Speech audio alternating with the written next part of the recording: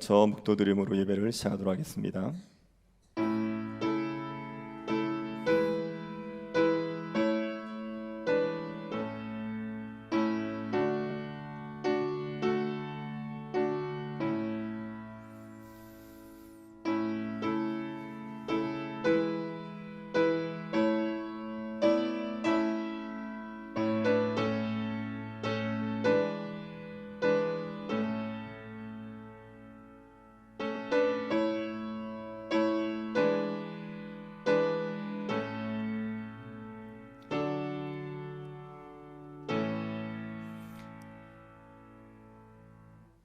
주의 백성들이 함께 모여 하나님을 예배하게 하시니 감사를 드립니다. 예배 가운데 주의 얼굴을 보게 하여 주옵소서. 우리를 향하여 변함없이 인자를 베푸시는 하나님의 얼굴을 보게 하여 주셔서 하나님을 경외하는 마음이 충만해지게 하여 주옵소서. 하나님의 사랑으로 일어서게 하여 주시고 하나님을 의지하여 세상을 이기는 주의 백성들이 되게 하여 주옵소서. 걸어가신 예수님 이름으로 기도드립니다. 아멘. 찬송가 182장 찬양하겠습니다.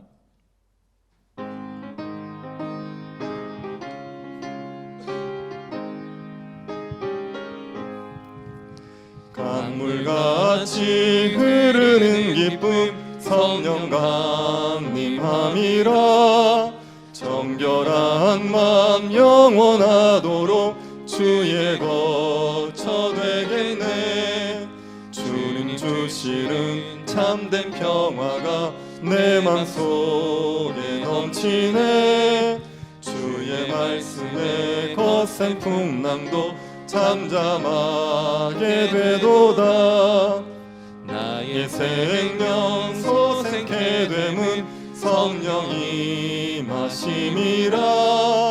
모든 의심 슬픔 사라져 주의 평강 넘치네. 주님 주시는 참된 평화가 내 맘속에 넘치네. 주의 말씀에 거센 풍랑도 잠잠하게 되도다. 하늘에서 단비 내리고 햇빛 찬란함같이 모든 의심 성령이만이 주님 보내심이라.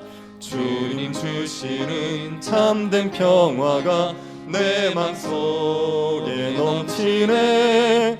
주의 말씀에 거센 풍랑도 잠잠하게 되도다. 생명신에 넘쳐 흘러서 마른 광야 적시니. 의의 열매 무르익어서 추수를 기다리네. 주님 주시는 참된 평화가 내 맘속에 넘치네.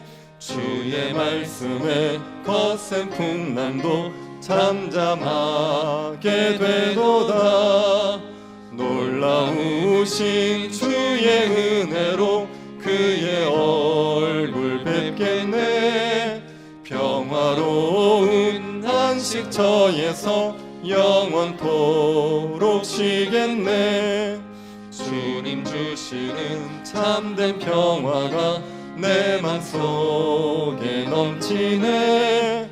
주의 말씀에 거센 풍랑도 잠잠하게 되도다. 예배를 위해서 곽태영 권사님 기도드리겠습니다.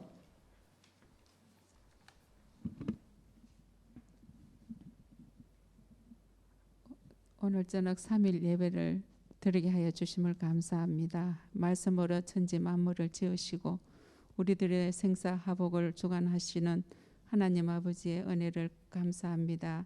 죄로 죽었던 저희들을 예수 그리스도의 십자가 보혈의 피로 구원하여 주시었고 주님 곁에 안식 찾게 하시니 너무 감사와 찬양을 드립니다. 오늘 세상 속에서도 씨들은 저희들을 주님 곁에 불러 모이게 하시고 예배드리게 되었음을 감사합니다. 영원토록 영광을 받으실 아버지 하나님, 어둠의 이 땅에 주님 주님의 친히 오심을 감사합니다. 주님의 지극한 사랑이 온 땅에 알려지는 날이 되게 하여 주시옵소서. 주님의 오심이 병든 자와 외롭고 쓸쓸한 이들에게 기쁨의 소식이 되게 하시며 새 소망과 가운데 살아가는 기쁨의 소식이 되게 하여 주시옵소서. 희망의 등불이 꺼져지지 말게 하여 주시고 희망의 이제 이해의 마지막 12월을 맞아 한 해를 돌아봅니다. 주님의 사랑을 실천하지도 못하고 게을리 살아왔음을 고백합니다. 저희들의 온갖 허물을 용서하여 주시옵소서. 오늘 주님께 드리는 예배가 신령과 진정으로 드려지는 예배가 되게 하여 주시옵소서. 오늘 주님의 귀한 말씀 들고 단위에 서신 목사님을 주님의 오른팔로 붙들어 주시고 저희들의 굳은 마음을 주님의 능력으로 말씀으로 녹아지는 은혜의 시간이 되게 하여 주시옵소서. 우리 문화교회가 예수를 자랑하고 십자가를 자랑하는 물된 동상 같은 교회가 되게 하여 주시옵소서. 새 성전 건축도 주님의 크신 뜻이 따라 건축되게 하여 주시옵소서. 우리가 코로나에서 하나님 아버지 회복하게 하여 주시고 빨리 종식되어서 하나님 앞에 영광을 돌리는 귀한 시간들이 되어서 아버지 모든 성도들이 한자리에 모여서 예배드리게 하여 주시옵기를 간절히 원하옵니다. 아버지 예배를 오늘 예배를 돕는 손길 위에 함께 하시고 예배의 시정을 주관하여 주시옵소서. 이 모든 말씀 우리를 제 예수 구원하신 예수 그리스도 이름으로 기도하옵나이다. 아멘.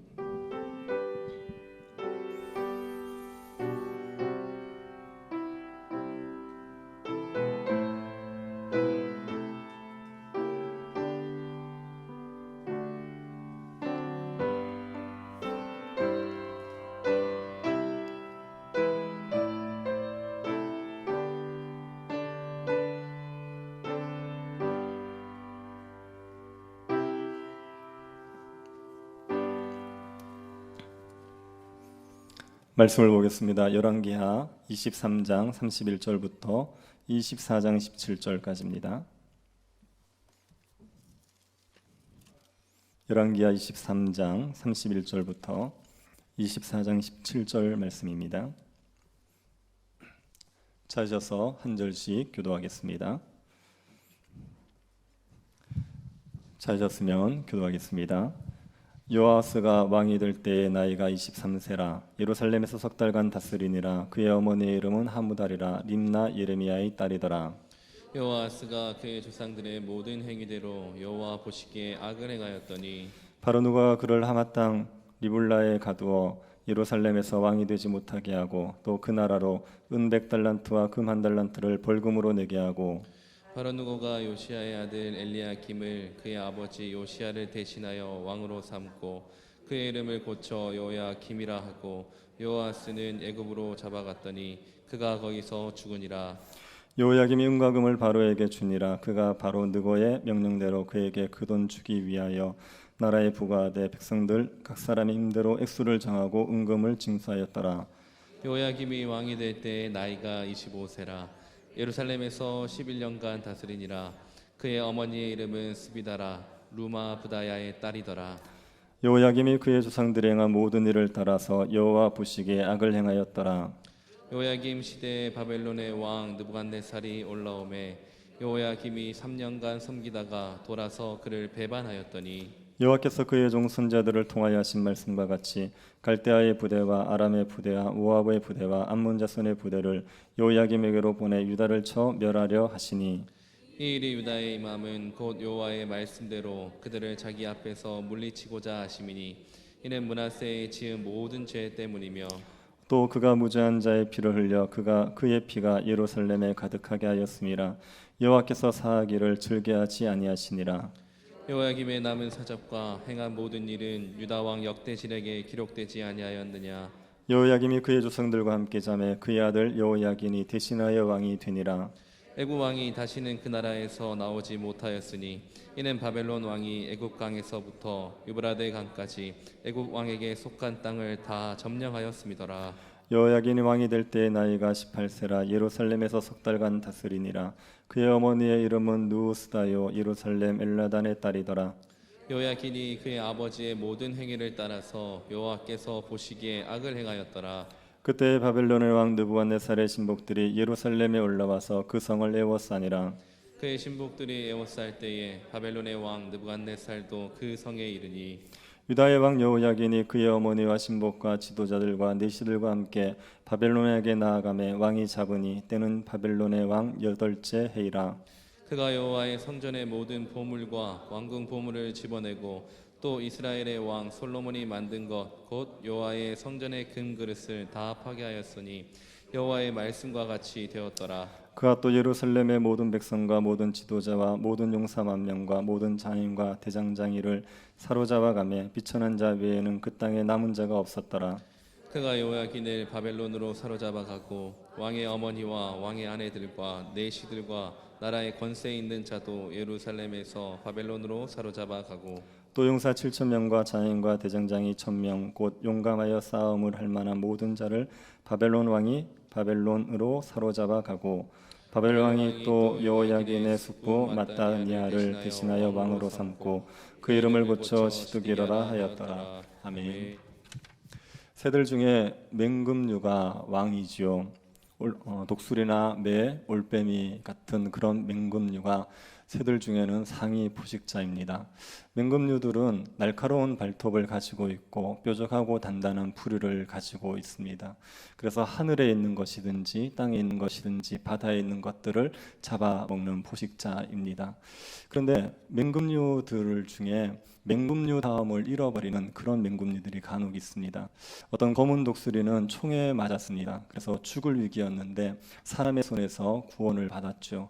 그래서 몸은 회복했는데 그런데 맹금류 다음을 잃어버렸습니다. 맹금류는 다른 새들이나 짐승들에게 괴롭힘을 당하는 경우들이 잘 없지 않습니까? 그런데 이 검은 독수리는 제대로 날지를 못해서 걸어다니다시피 합니다. 그리고 먹이를 줘도 다른 새들에게 빼앗기기가 일쑤지요. 다른 맹금류에게 발로 차이고 부리에 쪼이고 그렇게 살아갑니다. 야생성을 좀 회복하기 위해서 사육사가 살아있는 동물을 줍니다. 토끼를 넣어줬더니만 토끼를 잡아먹기는커녕 도망가기가 바쁩니다. 작은 메추라기를 줘도 그 메추라기를 잡아 먹지를 못하는 겁니다. 맹금류 다음을 잃어버렸죠. 그래서 그런 맹금류를 보고 있으면 안타까운 마음도 들고 민망한 마음도 들기 마련입니다. 열왕기서에서 유다의 이 멸망기에 있는 유다를 보면 마치 맹금류 다음을 잃어버린 맹금류 같다는 생각이 듭니다. 총에 맞은 검은 독수리 같은 그런 모습으로 보입니다. 유다의 멸망기의 유다는 이방 나라들의 여기저기 치였습니다. 발로 차이고 쪼이고 먹이를 줘도 제대로 챙겨 먹지도 못하고 짓밟히면서 수치스러운 모습을 보이게 되죠. 유다는 다윗과 솔로몬 시대에 굉장히 강대한 나라였습니다. 주변의 열강들을 제압하고 어떤 나라도 유다를 건드리지 못할 정도로 굉장히 강한 나라였습니다. 그런데 유다의 멸망기에 보면 그 용맹했던 강했던 유다의 모습을 더 이상 찾아볼 수가 없습니다. 이방 나라에 이리저리 치이는 모습이죠. 참 안타깝고 보기에 민망한 모습입니다. 그렇게 된 이유는 왕들이 잘못했기 때문입니다. 유다의 이 멸망기 또 유다의 쇠퇴와 멸망은 모든 책임이 왕들에게 있습니다. 왕들이 하나님의 말씀에 순종하지 않습니다. 왕들이 의롭게 행하지 않습니다. 그래서 이 유다가 쇠퇴하고 멸망하게 되는 거지요. 우리가 열왕기서를 쭉 살펴보면서 유다의 왕들이 얼마나 악했는지, 얼마나 하나님을 대적했는지를 많이 보지 않았습니까? 그 반역하던 유다의 그 왕들 중에 간혹 요시아와 같은 훌륭한 왕들이 있었습니다. 그래서 유다가 어느 정도 지속될 수가 있었는데 멸망기에 이르게 되면 왕들이 악한 왕들만 등장하게 됩니다. 요시아 이후에 4명의 왕들이 등장하는데 모두 악한 왕이 되어버립니다. 그들이 어떤 악을 행했는지를 보면 왜 유다가 멸망했는지를 알 수가 있죠. 우리가 이 마지막 유다의 멸망기의 왕들을 한번 보면서 그 왕들이 얼마나 악했는지를 보고 오늘날 우리 교회에 주는 교훈이 무엇인지 한번 생각해 보도록 하겠습니다. 유다의 멸망기는 요시아 왕 이후가 유다의 멸망기입니다. 요시아 왕은 유다의 왕들 중에 마지막으로 선한 왕이었습니다. 므낫세로 인하여서 유다는 칠흑같이 어두워졌습니다. 죄로 말미암아 온 유다가 암흑으로 치닫았죠. 그때 이 요시아가 등장을 하는 겁니다. 그리고 한 줄기 빛처럼 어두워진 유다를 밝혔습니다. 그런데 이 유다의 등불인 요시아가 죽고 말죠. 등불이 꺼지고 유다는 급속히 어두워지게 됩니다. 그 시대에 등장했던 왕들이 4명의 왕들입니다. 표를 한번 보시면 요시아 왕 이후에 유다의 왕들이 여호아스, 여호야김, 여호야긴, 시드기야 이 4왕입니다. 이 중에 세 번째 왕인 여호야긴은 여호야김의 아들입니다. 그런데 여호아스, 여호야김, 시드기야 이 3사람은 모두 요시아의 아들입니다. 요시아의 아들들이 돌아가면서 왕을 하게 되는 겁니다. 이 중에 여호야김이 둘째입니다. 그리고 여호아하스가 셋째고요, 시드기야가 넷째입니다. 역대상 3장 15절에 가면은 여호야김을 둘째, 시드기야를 셋째, 여호아스를 넷째로 기록해놨습니다. 그런데 나이를 따져보면 시드기야가 제일 막내가 되게 되어 있습니다. 그래서 역대상 3장 15절에 그 순서는 나이 순서는 아니라고 보는 게 맞습니다. 시드기야가 제일 막내고 그리고 둘째가 여호야김, 셋째가 여호아스입니다. 근데 요시아가 죽고 나서 여호아하스가 먼저 왕이 됩니다. 이 여호아스가 23살의 왕이 되지요. 23살의 나이면은 그 당시로는 성이라고 얘기할 수 있습니다. 요즘같이 평안한 때 그리고 평균 수명이 긴 때는 23살 그러면 아직 어리다 이렇게 볼 수 있겠죠. 하지만 격동기고 평균 수명이 짧을 때는 23살 정도 되면 이미 성인이 된 겁니다. 여호아스는 성인의 나이에 장성한 나이에 왕이 되었습니다. 그런데 이 여호아스는 왕위에 석 달밖에 있지를 못합니다. 여호아스의 통치는 3개월 만에 끝이 나버립니다. 여호아스는 애굽 왕에게 폐위가 되었습니다. 애굽의 왕이 유다의 왕인 여호아스를 폐위시켜 버립니다. 그 배경이 이렇습니다. 지도를 보시면서 한번 설명을 들어보십시오. 요시아가 애굽 왕 느고와 싸움을 했던 것을 기억하시겠습니까? 요시아가 애굽 왕 느고와 싸우다가 죽습니다. 무깃도라는 곳에서 죽습니다. 요시아가 애굽 왕과 싸움을 하러 나간 배경이 있습니다. 그 당시에 그 고대 근동에 아수르가 이 유다 지역을 포함해서 고대 근동 지역을 장악하고 있었죠. 그런데 이 아수르가 바벨론에 의해서 패하게 됩니다. 원래 아수르의 수도가 니느웨입니다. 니느웨에 있던 그 수도를 바벨론에게 빼앗깁니다. 그때가 BC 612년입니다. 그러고 나서 아수르는 하란으로 수도를 옮겼습니다. 하란은 아실 겁니다. 하란은 아브람이 잠시 머물렀고 아브람 형제 나홀이 살고 있었던 곳, 그리고 리브가도 살았고 야곱의 외삼촌 라반도 살았던 그 지역이 하란입니다. 그 하란을 수도로 삼습니다. 그런데 이 하란마저도 바벨론에 함락이 됩니다. 그래서 아수르의 잔존 세력들이 흩어졌죠. 이 흩어졌던 아수르의 잔존 세력들이 하란을 다시 탈환하기 위해서 전쟁을 시도합니다. 그때 애굽 왕 바로 느고가 이 아수르를 도우려고 애굽에서 이 유다를 거쳐서 올라가는 길이었습니다. 그때 이 요시아가 무깃도에서 애굽 왕 바로를 막아서는 겁니다. 이유가 뭐냐면 요시아는 아수르가 부흥하는 걸 원치 않습니다. 그래서 애굽이 아수르를 도와서 다시 바벨론을 몰아내고 부흥하는 그걸 막기 위해서 애굽 왕이 아수르를 돕지 못하게 무깃도에서 막아선 겁니다. 그런데 요시아가 몰랐던 게 뭐냐면 이미 하나님은 바벨론을 이용해서 이 나라들을 치기로 결정하셨어요. 그래서 요시아가 애굽 왕을 막지 않았어도 이미 그 바벨론과의 전쟁에서 애굽과 이 아수르 연합군은 패하게 되어 있었습니다. 패했습니다. 그런데 요시아가 그걸 모르고 굳이 막아서는 바람에 무깃도에서 싸우다가 죽지요. 그래서 요시아는 싸우지 않아도 될 전쟁에 나갔다가 거기서 전사를 하고 만 겁니다. 그리고 이제 애굽 왕이 아수르를 돕기 위해서 하란으로 올라갔습니다. 하란 올라가서 전쟁을 했는데 전쟁에서 졌죠. 바벨론이 이겼습니다. 그래서 애굽 왕이 돌아오는 길에 이 여호아스 왕인 여호아스를 림나라는 곳으로 부릅니다. 림나라는 곳에 불러가지고 폐위를 시켜버려요. 왜냐하면 여호아스가 애굽의 말을 듣지 않았거든요. 그래서 폐위를 시켜버립니다. 그리고 그 여호아스를 림나에서 끌고 애굽으로 내려가는 거예요. 내려가는 길에 예루살렘에 들려서 여호아스 대신에 그 여호야김을 왕으로 앉혀놓고 여호아스는 애굽으로 끌고 갑니다. 여호아스는 애굽에 가서 죽게 되는 거죠. 여호아스는 반애굽 정책을 썼어요. 애굽이 싫었죠. 충분히 이해가 될 겁니다. 요시아가 어느 나라랑 싸웠다가 죽었다고 했습니까? 애굽과 싸우다 죽었습니다. 자기 아버지를 죽인 나라가 애굽이란 말입니다. 그러니 애굽이 뭐 이쁘겠습니까? 그래서 애굽에 반대하는 정책을 썼지요. 그러다가 애굽 왕에게 폐해를 당하고 애굽에 끌려가서 죽었습니다. 요시아를 겉으로 딱 보면 그래도 왕으로서, 유다 왕으로서의 자존심을 지킨 왕처럼 보일 수 있습니다. 그 자기 왕을, 아버지를 죽였던 애굽의 하수인이 되어서 그렇게 애굽을 섬기느니 애굽에 대해서 반항을 하고 한번 이제 자존심을 세운 그런 왕으로 우리가 생각해 볼 수 있죠. 그런데 이 여호아스는 좋게 평가를 할 수 없는 왕입니다. 23장 32절 한번 보십시오. 여호아스가 그의 조상들의 모든 행위대로 여호와 보시기에 악을 행하였더니, 여호아스는 아버지 요시아 행위를 따르지 않습니다. 그의 조상들의 모든 행위를 따라서 악을 행했죠. 율법을 거역하고 악을 행했습니다. 아합이나 므낫세 같이 악한 왕들의 길을 따르게 된 겁니다. 여호아스는 요시아가 했던 개혁을 뒤집어 버렸습니다. 요시아는 성전에서 우상을 제거하고 유다 땅에서 우상을 제거하기 위해서 얼마나 애를 썼습니까?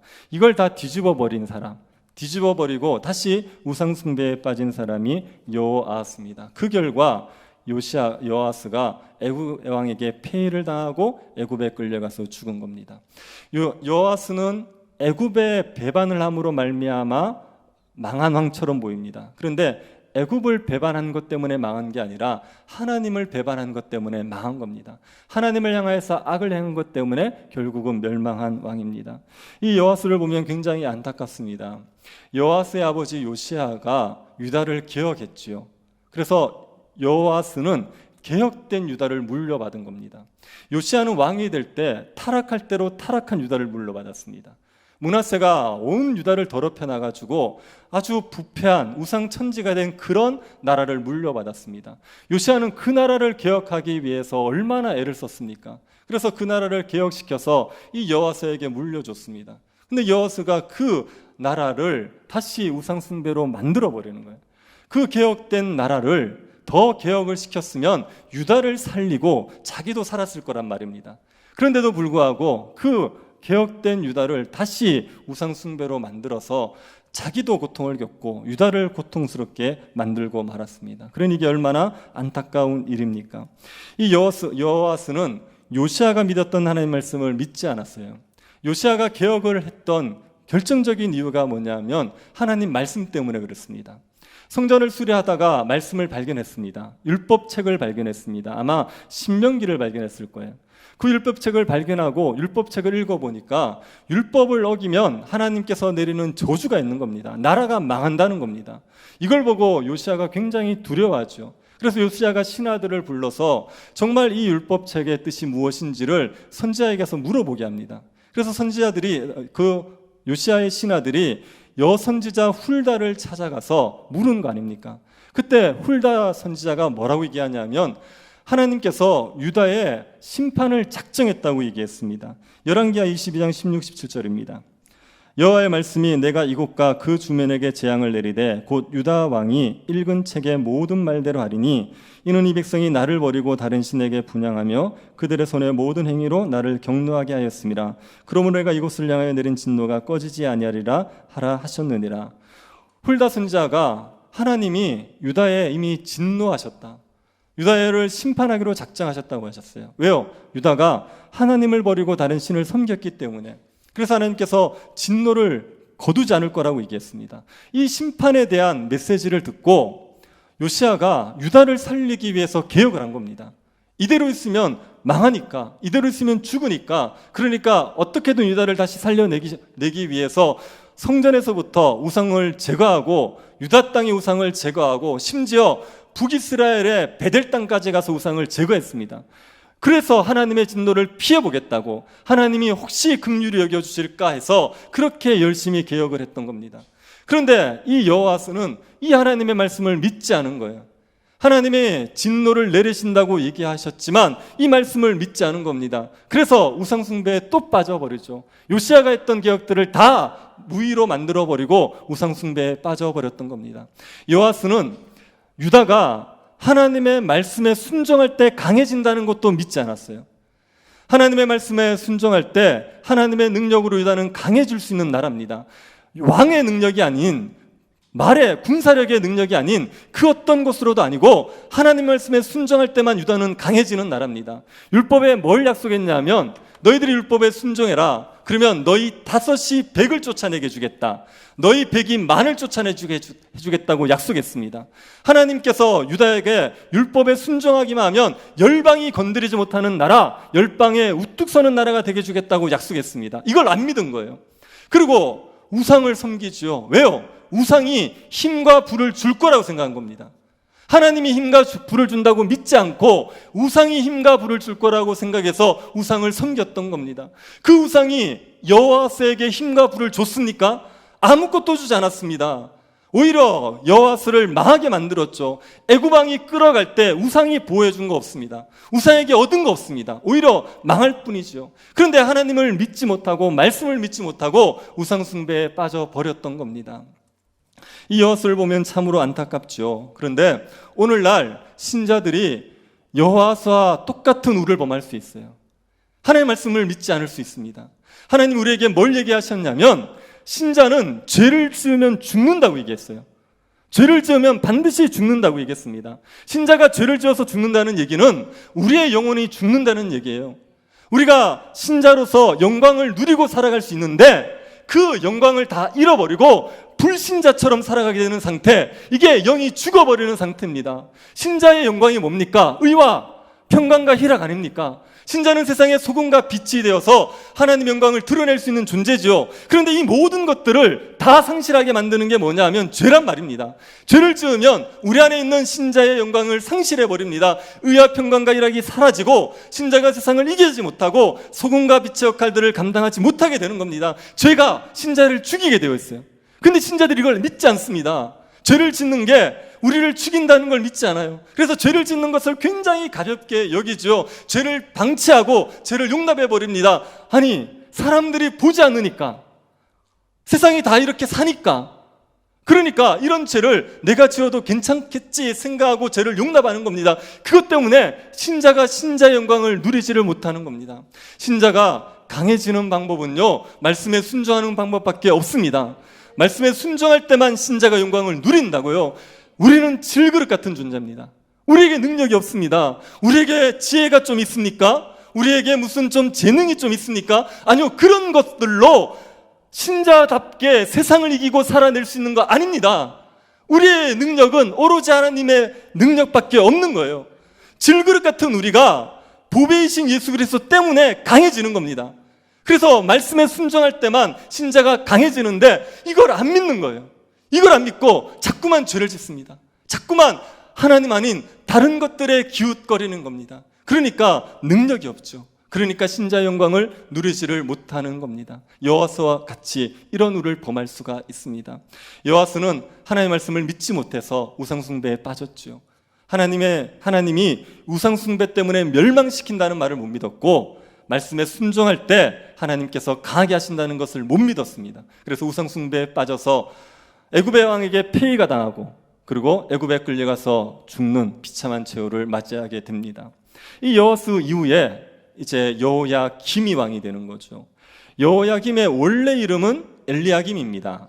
엘리야김이라는 뜻은 하나님이 세우신다, 이런 의미입니다. 그런데 애굽의 왕이 이 엘리야김을 왕으로 딱 세우면서 이름을 여호야김 이렇게 바꾸죠. 여호야김이라는 의미는 여호와께서 세우신다, 비슷한 의미예요. 하나님이 세우신다, 여호와가 세우신다. 이렇게 애굽 왕이 이름을 바꾼 건요, 애굽 왕이 이 여호야김을 자기가 왕으로 세웠다는 걸 드러내는 겁니다. 너 내가 세운 왕이야, 그러니까 내 말 잘 들어, 이렇게 얘기하는 겁니다. 여호야김이 그 애굽의 왕의 망해를 잘 듣습니다. 여호아스를 폐위시키면서 애굽의 왕이 벌금을 매겼었어요. 은 100달란트, 금 1달란트. 여호야김이 왕이 되고 나서 그걸 잘 갚습니다. 한번 보시겠습니까? 35절, 23장 35절. 여호야김이 은과 금을 바로에게 주니라. 그가 바로 느고의 명령대로 그에게 그 돈을 주기 위하여 나라에 부과하되 백성들 각 사람 힘대로 액수를 정하고 은금을 징수하였더라. 여호야김이 왕이 되고 나서 이걸 갚기 위해서 백성들에게 은금을 징수했죠. 그리고 이걸 백성들에게 모아서 애굽의 왕에게 갖다 바쳤습니다. 여호야김이 애굽 왕을 잘 섬겼습니다. 여호야김은 애굽 왕이 자기를 세웠으니까 애굽 왕 말을 잘 들어야 된다, 이렇게 생각할 수 있죠. 그런데 이 여호야김은 자기 이름의 뜻을 생각했어야 됩니다. 여호야김의 뜻은 여호와께서 세우신다, 이런 뜻이라고 했지 않습니까? 하나님을 여호와라고 부르는 것은 언약에 신실하신 하나님을 드러내기 위한 겁니다. 여호와 하나님, 그러면 우리에게 약속을 하시고 그걸 잘 지켜가시는 하나님, 이걸 나타내기 위한 겁니다. 여호야김이 왕이 된 것을 애굽 왕이 세웠다라고 표면적으로 보이지만 실제로는 하나님이 세우신 거죠. 이걸 알 수 있는 게 뭐냐면 애굽 왕이 여호아스를 폐위시키고 나서 다른 왕을 세울 때 다윗의 후손이 아닌 다른 집안의 사람을 왕으로 얼마든지 세울 수 있어요. 그런데 굳이 다윗의 후손인 여호야김을 세운 겁니다. 왜 그렇습니까? 하나님께서 다윗에게 하셨던 약속, 그 약속이 지켜지고 있는 겁니다. 애굽 왕이 세운 것 같죠? 아니요. 그런데 그 배후에 하나님의 간섭이 있는 거예요. 이 애굽 왕조차도 하나님의 손 안에서 노는 겁니다. 그러니 하나님이 자기를 세웠다 생각하고 하나님 앞에 충성하는 왕이 되어야죠. 그런데 여호야김이 그렇게 하지 않습니다. 여호야김도 악을 행합니다. 37절 보십시오. 23장 37절입니다. 여호야김이 그의 조상들이 행한 모든 일을 따라서 여호와 보시기에 악을 행하였더라. 여호야김도 그 조상들을 따라서 여호와 보시기에 악을 행했습니다. 아합이나 므낫세처럼 그 악을 행했지요. 아합은 북이스라엘이고요. 므낫세처럼 악을 행했죠. 그리고 여호야김이 무죄한 자의 피를 흘립니다. 24장 4절을 보십시오. 또 그가 무죄한 자의 피를 흘려 그 피가 예루살렘에 가득하게 하였음이라. 여호와께서 사하시기를 즐겨하지 아니하시니라. 여호야김이 무죄한 자의 피를 많이 흘렸습니다. 예레미야서를 보면 여호야김이 이 시기에 왕궁을 건축합니다. 지금 나라가 망할 판인데 왕궁을 건축해요. 그러고 나서 무죄한 자를 죽이는 짓을 했습니다. 또 여호와의 종을 죽이는 일도 했습니다. 예레미야가 이 여호야김을 책망하기 위해서 두루마리에 하나님의 말씀을 적어서 보냅니다. 왕의 서기관이 이것을 여호야김에게 읽어줬어요. 여호야김이 듣는 족족 면도칼로 그 두루마리를 잘라서 불에 던져버렸습니다. 이 사람이 여호야김입니다. 이렇게 악을 행했죠. 그래서 하나님께서 바벨론을 들어서 여호야김을 치시는 겁니다. 24장 1절을 보십시오. 여호야김 시대에 바벨론의 왕 느부갓네살이 올라오매 여호야김이 3년간 섬기다가 돌아서 그를 배반하였더라. 여호야김이 처음에는 애굽 왕을 섬겼지 않습니까? 애굽 왕이 여호야김을 왕으로 세웠으니까. 그런데 그 바벨론 왕이 애굽을 몰아내고 이 지역의 패권을 쥐게 된 거죠. 그래서 여호야김이 바벨론을 섬겼습니다.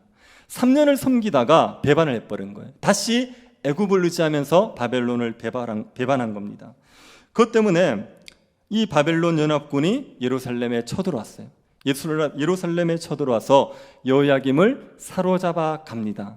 그리고 여호야김은 바벨론에 끌려가서 죽었든지 아니면 가는 도중에 죽었습니다.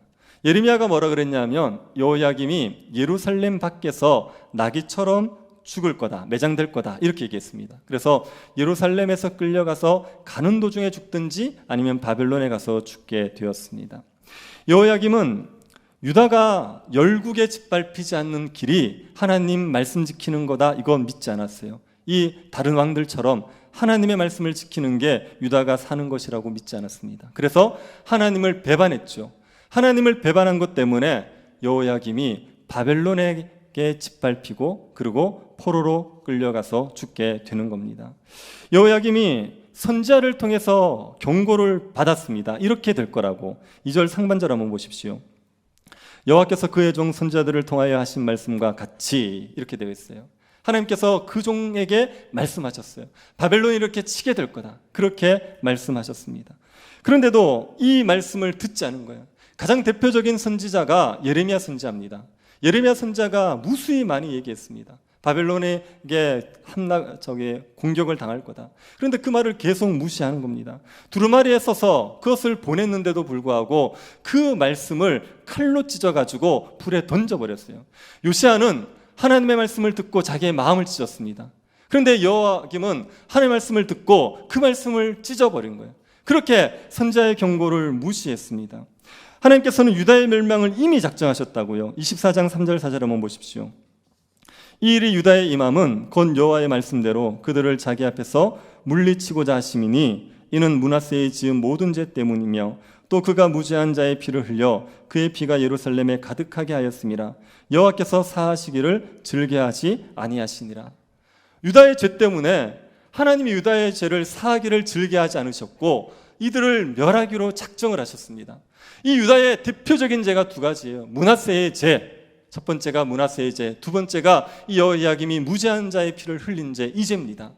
므낫세의 죄는 이 요시야가 개혁을 하면서 유다에서 뿌리 뽑으려고 굉장히 애를 썼었죠.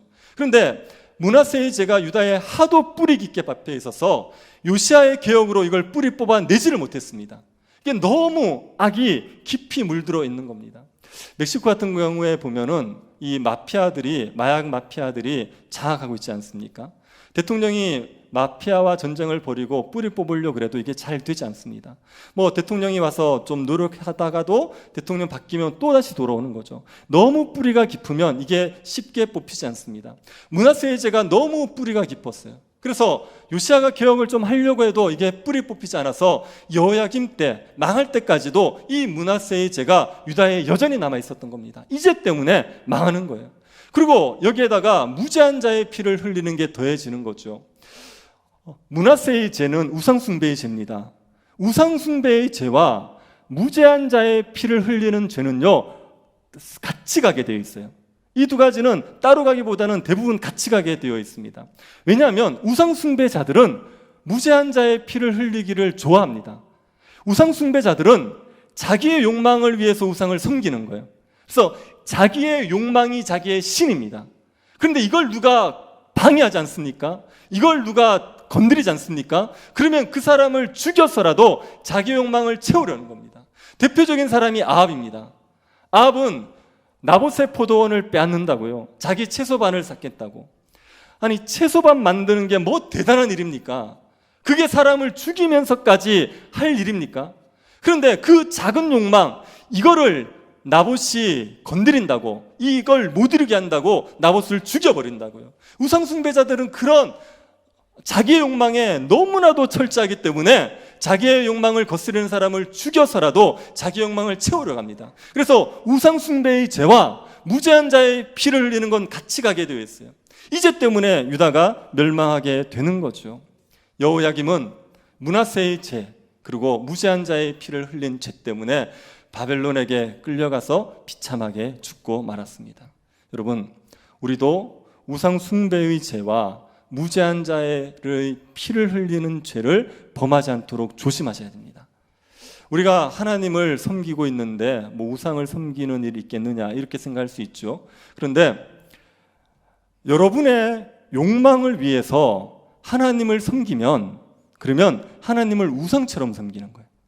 내가 원하는 욕망을 이루어질 신으로서 하나님을 섬기고 있다. 그러면 예배를 드리고 그리고 여러분이 교회에서 봉사를 하고 아무리 한다 할지라도 여러분의 신은 하나님이 아니라 여러분의 욕망입니다. 그게 이제 하나님을 우상처럼 섬기는 거예요.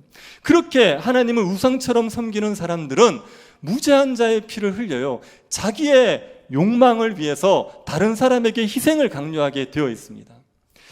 알퐁스 도데가 쓴 고세 신부의 불로장생주라는 소설이 있습니다. 어떤 수도원에 재정적인 어려움이 왔어요. 굉장히 가난해졌어요. 그래서 이제 수도원의 존립이 걱정스러울 때입니다.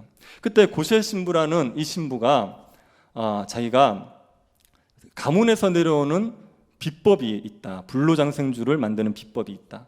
그래서 그걸 가지고 불로장생주를 만든 거예요. 이게 불티나게 팔립니다. 그것 때문에 수도원의 재정이 굉장히 풍요로워졌죠. 그리고 수도원이 이름을 얻게 되었습니다. 그런데 고세 신부는 계속 술을 만들면서 맛을 보잖아요. 이것 때문에 알코올 중독자가 되는 겁니다. 알코올 중독자가 되어서 미사를 드는데 와서 난동을 불렸어요.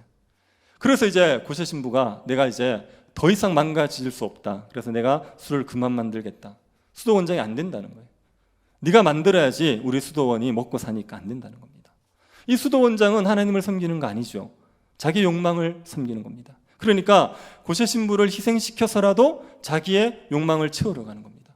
하나님을 섬기지 않고 하나님을 우상처럼 섬기는 사람은 자기의 욕망을 채우기 위해서 다른 사람을 희생양으로 얼마든지 삼을 수 있어요. 교회에서 목회자가 하나님 우상처럼 섬기면 성도들의 희생 위에 자기 욕망을 채워가는 거예요. 교회에서 좀 힘든 사람이 하나님을 우상처럼 섬기면 다른 성도들은 피 흘려 죽든지 말든지 상관하지 않고 자기 욕망만 채우는 겁니다. 그게 하나님 앞에 멸망받을 죄입니다. 그 하나님께서 심판받을 죄라고요. 그 죄를 짓는 것을 두려워하셔야 됩니다. 여호야김이 그 죄 때문에 망했다는 것을 기억하셔야 되는 겁니다. 여호야김이 바벨론에 사로잡혀가서 죽습니다. 그러고 나자 이제 여호야김의 아들 여호야긴이 왕이 되는 겁니다. 헷갈리시죠? 이름이 자꾸 나와서 여호야김, 여호야긴. 누가 아버지입니까? 여호야김. 아들은 여호야긴. 아들이니까 이제 받침이 좀 적은 거예요. 미음이 아니라 니은입니다. 여호야긴. 여호야긴은 18살에 왕이 되었습니다. 아버지가 바벨론에 갑자기 끌려가는 바람에 왕이 되었죠. 어린 나이에 왕이 되었습니다. 비교적. 그리고 석 달밖에 왕이 되지 못했습니다. 아까 여호아스는 몇 달이었습니까? 석 달. 여호야긴도 석 달. 둘 다 석 달밖에 왕이 되지 못합니다. 여호야긴이 석 달밖에 왕이 되지 못한 이유는 아버지 여호야김의 모든 행위를 따랐기 때문에 그래요. 여호야김처럼 이렇게 우상을 숭배했던 겁니다. 그래서 이제 여호야긴도 바벨론의 포로로 잡혀가게 됩니다. 여호야긴이 우상 숭배를 하고 그 다음에 애굽을 의지해요. 이것 때문에 바벨론이 이 예루살렘에 쳐들어옵니다. 예루살렘에 쳐들어와서 성을 포위해버렸어요.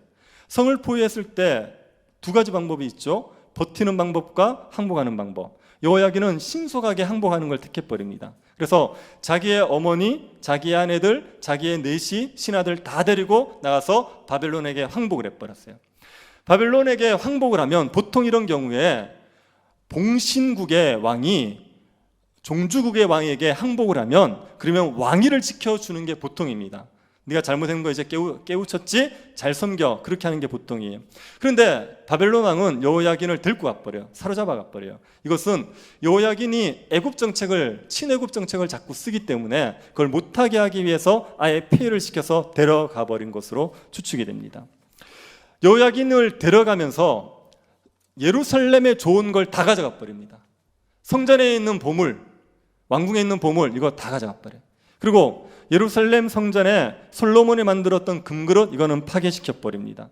보물을 약탈해 가면서 사람들도 약탈해 갔어요. 예루살렘에 있는 지도자들, 정치 지도자들 데려갔습니다. 그리고 용사들을 데려갔어요. 그리고 또 장인과 대장장이 기술자들도 데려가 버렸습니다. 좋은 물건을 다 가져가고 좋은 사람 다 가져가고 그리고 비천한 사람들만 예루살렘에 남겨버렸어요. 예루살렘을 빈 껍데기로 만들어 버린 겁니다. 여호야긴은 하나님 앞에서 악을 행하다가 유다를 빈털터리로 만들어 버렸죠. 바벨론 왕이 좋은 것들을 다 가져가 버림으로 말미암아 유다는 그냥 껍데기만 남게 된 겁니다. 이 일은 이미 히스기야 때 하나님께서 예언했던 내용입니다. 히스기야가 병들었다가 나은 적이 있었습니다. 그때 이제 바벨론에서 사절단이 와서 이렇게 문안을 하죠. 히스기야가 그때 어떻게 합니까? 자기 왕궁의 보물들 다 보여준다고요. 그 다음에 무기고 있는 거 무기를 보여줘요. 이걸 보여주는 이유는 바벨론 사절단이 왔을 때 그 바벨론들과 연합을 해보겠다는 거예요. 우리가 이렇게 가진 것 좀 있어요. 우리가 이렇게 무기 좀 있어요. 우리랑 같이 함께 파트너 하실래요? 이렇게 얘기하는 거예요. 그래서 바벨론을 약간 의지하겠다는 마음으로 이걸 보여준 겁니다. 이사야가 그것 때문에 책망하죠. 왕이 그거 보여준 거 다 빼앗길 거다. 그렇게 책망했습니다. 그렇게 예언했습니다. 그 예언이 지금 이루어진 거예요. 이 여호야긴 때 다 빼앗겨 버리고 만 겁니다. 여호야긴은 악을 행함으로 말미암아 유다를 빈털터리로 만들었어요. 근데 이 여호야긴이 그래도 잘한 거 한 가지 있습니다. 뭔지 아십니까? 항복한 거, 이거 잘한 거예요.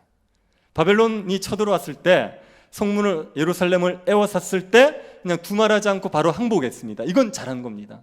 왜냐하면 하나님의 계획은, 하나님의 섭리는 바벨론을 섬기는 거였어요. 바벨론에게 저항하지 마라. 이미 너희들은 매를 맞아야 된다. 이미 너희들은 하나님의 징계를 받아야 된다. 그래서 바벨론을 섬기는 멍에를 져야 된다는 게 하나님의 뜻이었어요. 그런데 시드기야, 마지막 왕 시드기야는 그 바벨론을 섬기지 않죠. 끝까지 저항한다고요. 그 때문에 어떻게 됩니까? 시드기야는 자기 보는 앞에서 자식들 죽고 두 눈이 뽑혀서 끌려간다고요. 유다는 망해버려요. 예레미야가 항복하라고 얼마나 얘기했는지 모릅니다. 항복해야 된다. 그래야 삽니다. 그런데 그 말을 무시했다고요. 안 들었다고요. 그리고 끝까지 버티다가 자기 죽고 유다를 망하겠죠. 그런데 여호야긴은 그 예레미야 말을 들은 거예요. 그래서 바벨론을 섬기기 위해서 항복을 해버린 겁니다. 이건 잘한 거예요. 그래서 여호야긴은 바벨론에 사로잡혀 가서 나중에 그 옥에서 풀려나서 왕의 지위를 회복한다고요. 그리고 이 여호야긴으로 말미암아 다윗의 후손들이 보존이 됩니다.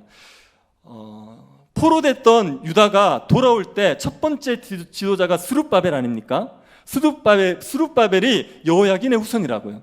그러니까 다윗의 왕위가 보존되게 되죠. 그래서 이 항복한 거는 잘한 겁니다. 그리고 그것으로 말미암아 자기의 생명도 보존하고 그리고 다윗의 왕 후손들도 보존하게 되었죠. 그런데 하나님 앞에서 악을 행한 것 때문에 자기도 바벨론의 포로로 잡혀가는 수치를 겪게 된 겁니다. 여러분, 우리가 살펴본 이 세 왕들 보십시오. 하나같이 악하지 않습니까? 요시아의 아들들인데 그 선했던 요시아, 유다 역사에서 다윗같이 선했다고 말할 수 있는 거의 유일한 왕이 요시아입니다. 그 요시아의 아들들인데 이 아들들이 이렇게 형편없어요. 이렇게 악하게 되었습니다. 이 악한 왕들로 말미암아 유다는 쇠퇴하죠. 이 악한 왕들로 말미암아 유다가 망하게 된 겁니다. 여러분, 열왕기가 왕들을 중심으로 역사를 기술하죠. 그래서 왕이 선하냐? 그럼 유다는 복을 누리는 거예요. 왕이 악하냐? 유다는 고통을 겪는 거예요. 왕이 어떻게 하느냐에 따라서 유다가 복을 누리기도 하고 고통을 겪기도 합니다.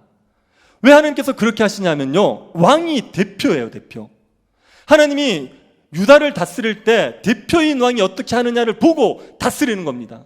그래서 대표인 왕이 율법에 순종하면 그 나라는 복을 누리는 거예요. 대표인 왕이 율법에 불순종하면 저주를 받게 되는 겁니다. 이 왕에 따라서, 왕이 어떠냐에 따라서 유다를 하나님께서 대하는 게 달라진단 말이에요. 그런데 유다에는 괜찮은 왕들이 없었어요. 북이스라엘은 아예 없었고 유다에는 가끔 괜찮은 왕들이 등장했습니다.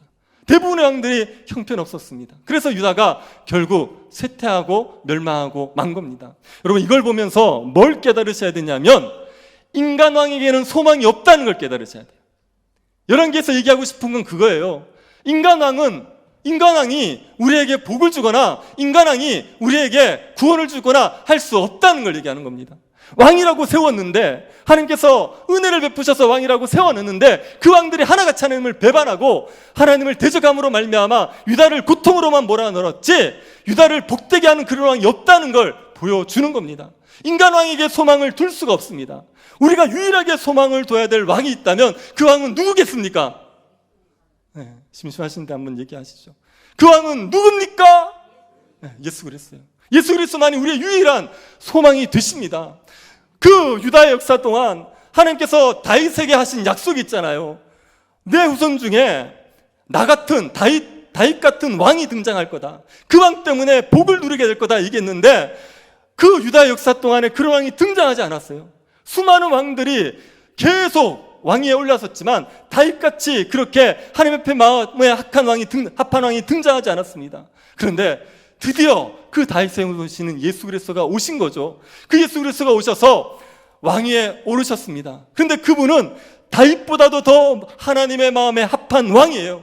조금도 죄가 없으신 모든 율법을 다 지켜 순종하신 왕이십니다. 그래서 그 왕이신 예수 그리스도가 우리의 유일한 소망이 되시는 거죠. 그 예수 그리스도를 믿는 사람, 그 예수 그리스도의 통치 아래 들어가는 자는 자기의 어떠함과 상관없이 그 예수 그리스도 때문에 하나님의 복을 마음껏 누리며 살아갈 수 있게 되는 겁니다. 이 유다의 왕들이 주지 못하였던 그 복들을 이 예수 그리스도, 의로우신 왕이신 예수 그리스도가 우리에게 주시게 되는 거죠. 예수 그리스도를 믿고 그 예수 그리스도의 통치에 들어가는 모든 자들은 하나님 나라의 복을 마음껏 누리게 되어 있습니다. 교회는 이 예수 그리스도의 통치를 받는 하나님 백성의 공동체예요. 그래서요, 교회는요 결코 망하지 않습니다. 교회는 절대로 망하지 않습니다. 유다의 왕들이 악을 행함으로 말미암아 유다는 망했을지라도 교회는 결코 망하지 않아요. 우리의 의로우신 왕이 영원히 통치하시기 때문에 교회도 영원히 존재하게 됩니다. 주님 오실 때까지 이 땅에 있을 것이고, 그리고 주님이 오시면 그 새하늘과 새 땅에서 영원히 예수 그리스도와 함께 왕노릇하게 되어 있습니다. 교회는 결코 망하지 않습니다. 물론 한 지역의 교회가 쇠약해질 수 있고요, 한 지역 교회가 망할 수도 있어요. 그러나 이 땅의 교회는 주님이 세우신 보편적인 교회는 결코 망하지 않습니다. 교회는요, 의로우신 왕이신 예수 그리스도 때문에 하나님 나라의 충만함을 얼마든지 누릴 수 있어요. 우리가 좀 부족할 수 있습니다. 교회 성도들의 수가 적을 수 있고, 교회 운영이 좀 미흡할 수도 있고, 교회 지도자들이 능력이 좀 없을 수도 있어요. 그럴지라도 교회는 예수 그리스도 때문에 하나님 나라의 충만함을 마음껏 누릴 수 있는 곳입니다. 그리스도가 우리를 통치하시니까요, 하나님이 우리의 어떠함 때문에 우리를 대하지 않으시고 예수 그리스도의 그 의로우심 때문에 우리에게 복을 주기로 작정하셔서 교회에 한없이 은혜를 부으시지 않습니까? 이것 때문에 교회는 그리스도로 말미암은 하나님 나라의 복을 마음껏 누릴 수가 있습니다. 제가 보면서 참 놀라운 게 뭐냐면요, 우리 교회를 얘기하는 거 아닙니다. 어떤 교회를 보면요, 정말 교회가 참 그렇게 이렇게 별로 내세울 게 없어요. 참 보잘것없는 것 같고, 그 다음에 이렇게 대단한 것도 없어요, 정말. 그래서 저렇게 신앙생활하는 건 좀 힘들 텐데 싶은데도, 그런데 거기에서요 회심하는 사람들이 있어요. 거기에서 잘하는 사람들이 있어요. 대단한 걸 막 하는 것도 아닌데도 불구하고 그 안에서 은혜를 누리고 그 안에서 변화되는 사람들이 있더라고요. 이게요, 교회의 머리 대신 예수 그리스도 때문에 그래요. 예수 그리스도가 통치하고 다스리고 때문에, 그 그리스도 때문에 교회가 하나님 나라의 복을 누리며 살아가게 되는 겁니다. 한 교회가 쇠약해질 수 있습니다. 이유는요, 그리스도의 통치를 인정하지 않아서 그래요. 예수 그리스도는 말씀과 성령으로 통치하십니다. 그래서 우리에게 말씀을 들려주시고 성령으로 말미암아 그 말씀을 믿어 순종하게 만드신다고요. 그래서 우리가 말씀에 순종하면 예수 그리스도의 통치에 순종하는 거예요. 그러면 교회는요 천국을 누리게 되어 있습니다. 그런데 교회가 예수 그리스도를 완악하게 대적함으로 말씀에 순종하지 않을 수 있어요. 그러면 교회가 쇠락해지죠. 그렇게 교회가 쇠락해지면 그리스도가 교회를 내버려 두십니까? 그렇게 하지 않아요. 그리스도가 교회를 어떻게든 충만하게 세우시기 위해서 역사하십니다. 교회를 징계하실 수도 있고, 아니면 교회에 또 더 은혜를 베풀어 주셔서 그리스도께서 필요한 사람들을 보내셔서 교회를 충만하게 세울 수도 있어요. 어떻게든 교회를 자꾸 충만하게 세우셔서 교회가 하나님 나라의 복을 마음껏 누리게 만들어 주시는 분입니다. 우리가 이 의로우신 예수 그리스도의 소망을 둡시다. 그리스도만이 우리의 유일한 소망이 되신다는 걸 믿읍시다. 그 그리스도 때문에 하나님 나라의 복을 마음껏 누릴 수 있는 그런 교회 될 수 있다는 걸 믿으시기를 바랍니다. 그리스도의 통치에 순종하면 됩니다. 그리스도를 믿고 그 통치에 순종하면, 예수 그리스도의 십자가만을 자랑하면, 우리가 좀 부족하더라도 하나님이 주시는 물된 동산 같은 그 복을 누리는 교회가 될 수 있습니다. 우리가 올 한 해도 그리스도 의지하고 살아왔듯이 내년에도 예수 그리스도를 의지하고 살아서 하나님이 주시는 충만함을 마음껏 누리는 그런 복된 교회 될 수 있기를 간절히 바랍니다. 자비하신 하나님, 교회의 머리가 되어 주셔서 주님이 우리를 통치하고 우리를 다스려 주시는 것 참으로 감사드립니다. 예수 그리스도만 바라보게 하십시오. 예수 그리스도만 의지하게 하여 주십시오. 그리스도의 통치에 순종하는 백성들 되게 하여 주셔서 그리스도로 말미암아 부어지는 하나님 나라의 복을 마음껏 누리는 교회 되게 하여 주옵소서. 세상에 조롱당하고 세상에 짓밟히는 교회 되지 말게 하여 주시고, 세상이 두려워하고 세상이 칭송하는 교회 될 수 있도록 은혜 베풀어 주옵소서. 걸어가신 예수님 이름으로 기도드립니다. 아멘. 광고를 두 가지만 드리겠습니다. 송구영신 예배는 금요일 10시 30분부터 본당과 각실에서 드립니다. 그리고 문화 성경반에 많이 참여하셔서 말씀을 가까이 하는 한 해가 되시기를 바랍니다. 찬송가 93장 찬양하고 합심해서 기도하고 축도로 예배를 마치겠습니다.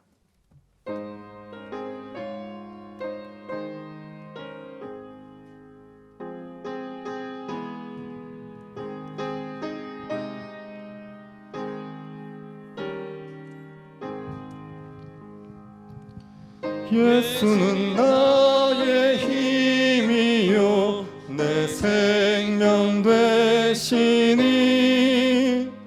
구주 예수 떠나 살면 죄 중에 빠지리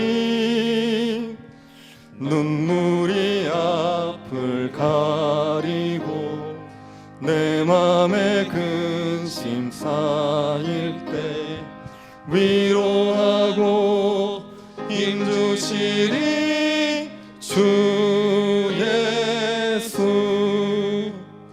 예수는 나의 힘이요 내 친구 되시니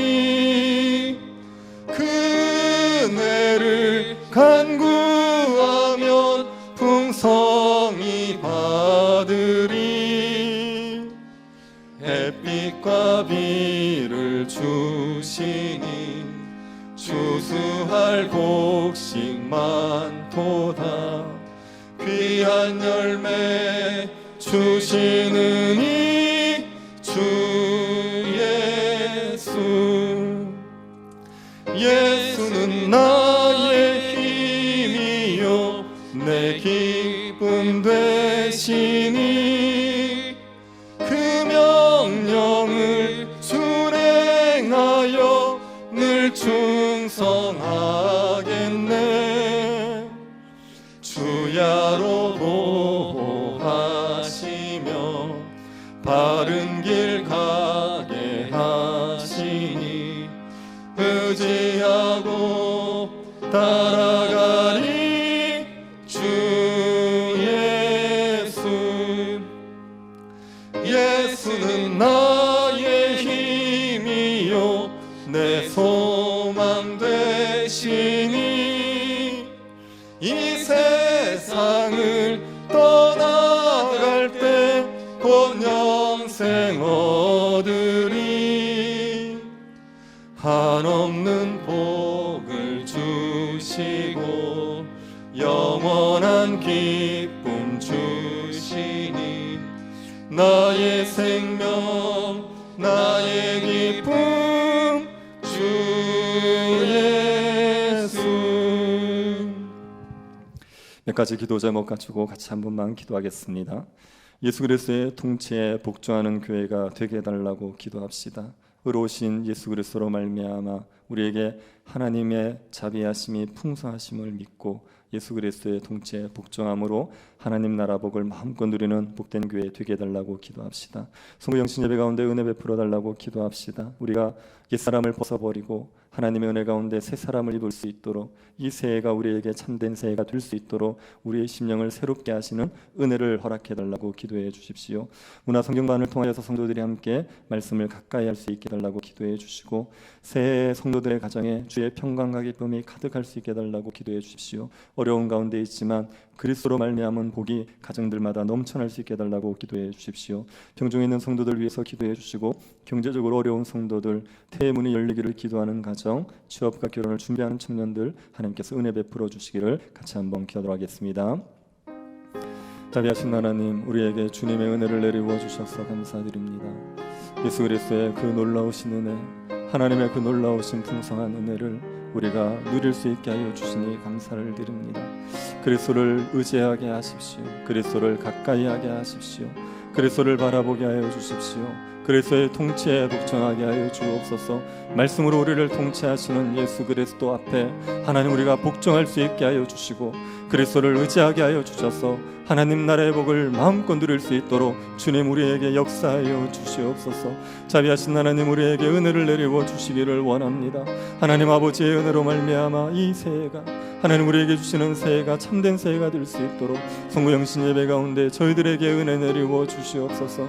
우리의 심령을 변화시켜 주시옵소서. 우리의 심령을 주님이 새롭게 하여 주십시오. 하나님의 은혜로 말미암아 심령의 새로워짐을 입을 수 있도록 주님께서 우리에게 성령의 역사를 허락하여 주시옵소서. 주의 은혜를 내리워 주시기를 원합니다. 하나님 말씀을 더 가까이 하는 교회가 되게 하여 주십시오. 문화성경반을 통하여서 저희들이 하나님의 말씀을 가까이 할 수 있게 하여 주시고 주의 은혜로 말미암아 하나님의 말씀 안에서 주님이 주시는 평강과 기쁨을 마음껏 누리는 교회가 되게 하여 주시옵소서. 아버지 하나님께서 은혜를 베풀어 주십시오. 성도들의 가정을 돌아보아 주십시오. 성도들의 가정에 주의 평강이 있게 하시고 성도들의 가정에 주의 기쁨이 있게 하여 주시기 바랍니다. 모든 성도들이 예수 그리스도 은혜 가운데 복을 누리게 하여 주십시오. 예수 그리스도의 은혜 가운데서 하나님이 주시는 평강을 마음껏 누릴 수 있는 복된 가정이 되게 하여 주시옵소서. 주의 은혜를 내리워 주시기를 원합니다. 여러 가지 고통 가운데 있는 성도들을 위로하여 주시고 하나님 아버지 주님께서 피할 길을 주시고 감당할 수 있는 능력을 허락하여 주시옵소서. 아버지 하나님을 의지할 때 주를 바라볼 때 아버지 하나님께서 날마다 새 힘을 주셔서 이 고난들을 넉넉히 이겨낼 수 있도록 주님 허락하여 주시옵소서. 아버지 하나님께서 새 교회당을 건축하는 문제 가운데도 주님의 선하신 손이 함께하여 주시고 하나님 교회의 모든 사역들을 은혜 가운데서 마무리하고 새해를 우리가 소망 가운데 맞이할 수 있도록 저희들에게 역사하여 주시옵소서. 자비하신 하나님의 놀라운 은혜가 우리의 심령들 가운데 가득한 하나님의 연말이 되게 하여 주시고 소망이 우리에게 충만할 수 있도록 주님 우리에게 은혜 더하여 주시옵소서.